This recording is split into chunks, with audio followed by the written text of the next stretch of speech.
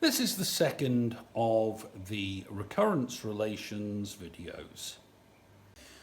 I'm going to have a look at three different recurrence relations. Okay, and we're going to see what they're doing in the long term, because this next video is about what they do in the long term, a limit to which they will approach. If we look at the first one, which we met already in video 1, if we look at it, you see the difference between those two is 5, isn't it? Yeah? Whereas the difference between the next two is 10. The difference between the next two is 20. We can see that the differences are getting bigger. The numbers are getting further and further apart. So what we can say about this sequence is it diverges. Okay, it diverges. The numbers get further apart. There is no limit, no number to which this sequence will approach. But if we look at the next one, look at it. The difference here is 3. The difference there is 1.5. The difference there is 0.75. These numbers are getting closer and closer together, so there will be a number to which this sequence, as you keep going through it, as the term number gets higher, 10th term, 100th term, and so on, this number will approach a limit. So we say this one converges. You can see these are they're all getting higher, but they're getting closer and closer together. If we look at in fact, if you want to know the limit toward the number towards which these are approaching, the limit would be 8. Okay?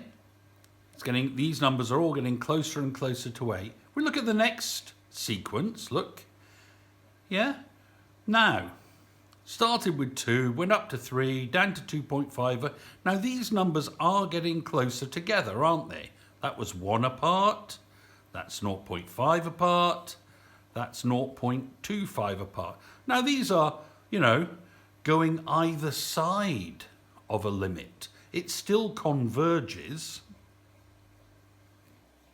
Yeah? Okay? Now, this one converges on a number between 2.5 and 2.75. In fact, if you looked at this one, it would be, actually the limit it approaches is 2 2/3. Yeah? Show you later how we come up with these, but just so you know, if we're looking at these, yeah? This one does not approach any limit. The numbers just get further and further apart. This one, they're getting closer and closer to a number, which in this case is 8. This one, they're going either side of 2 2/3, but they're getting closer and closer to it. So these two both converge to what we call a limit. Now, where we get a limit is if you've got the recurrence relation, as we have here, our standard formula for the recurrence relation. If A is bigger than -1 but less than 1, a limit will exist. If it's outside those values, it will not. And the limit we calculate using this formula. I'm going to quickly show you where that formula comes from, but you basically need to remember the condition for a limit to exist and the formula for working out that. This next bit is just for you. So it's not just, you know where the formula comes from. Okay, so when we're at the limit, the term and the term coming after it will both be the same. That's the meaning of the limit, isn't it? So if I put that down here, we'll have L equals AL plus B, won't we? Yes?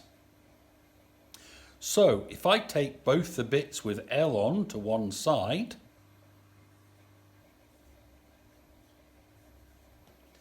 Yes? And then, if you look at it, if I take L out as a common factor, you get that.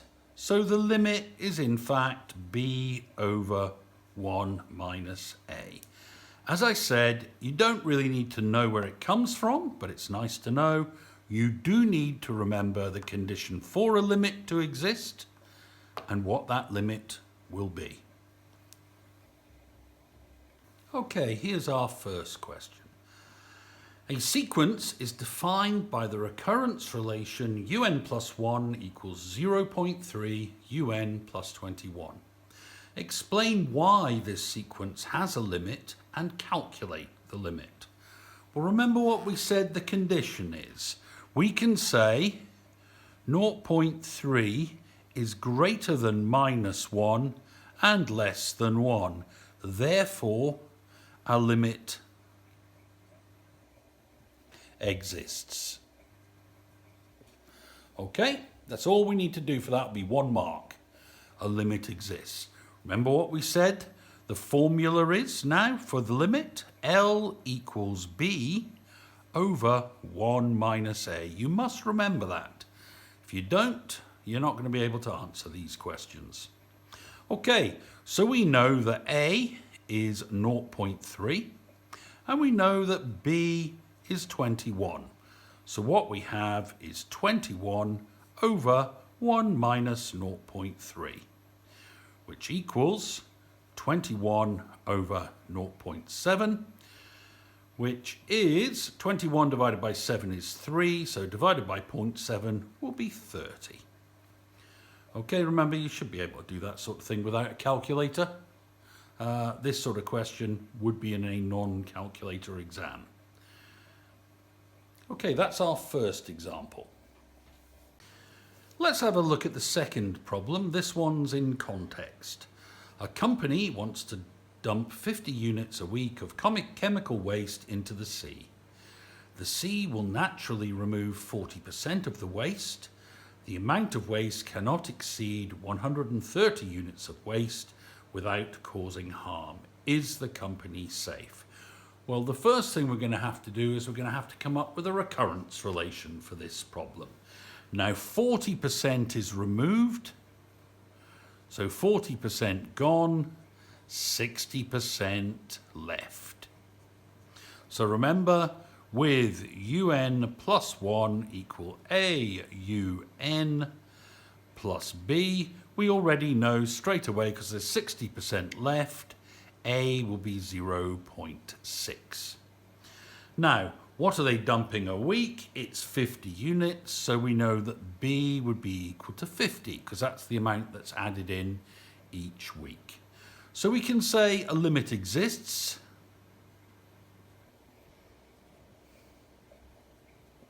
Because 0.6 is greater than minus 1 and less than 1. So we know there is a limit.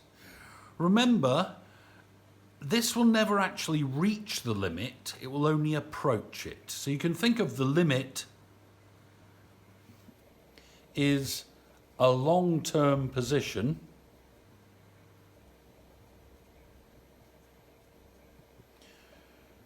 to which it will tend. You shouldn't say it ever equals this limit, because it doesn't. It only approaches it. Okay, so we want to work out this limit. We remember our formula, b over 1 minus a for the limit, and we'd simply put in our numbers. So we've got 50 over 1 minus 0.6, which is 50 over 0.4. Well, 4 goes into 50 12.5 times, and we multiply by 10. So what we've got is 125 units. Now I can't leave my answer there because I haven't actually answered the question. The question is the company safe? I'd say 125 is less than 130, therefore the company is safe.